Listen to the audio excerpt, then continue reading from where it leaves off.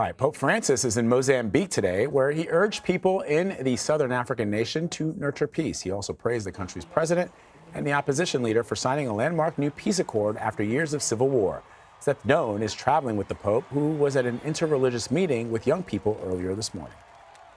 There is certainly a lot of excitement and enthusiasm in this stadium here. Take a look around. These are not only Catholic youth, but this is an interreligious group of youth. You can see across the way with the colors. They've got the Mozambique flag there.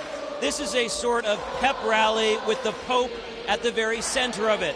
The Pope is celebrating this enthusiasm today. He's encouraging young people to not only read and understand their history, but to help write a new page of history. And that is something that is particularly relevant here in Mozambique, a country that has been torn by civil war and recently has a new peace deal that's been signed, and there are elections around the corner. The Pope is also encouraging young people here to protect the natural resources of Mozambique, the mountains, rivers, beaches that make this country so beautiful.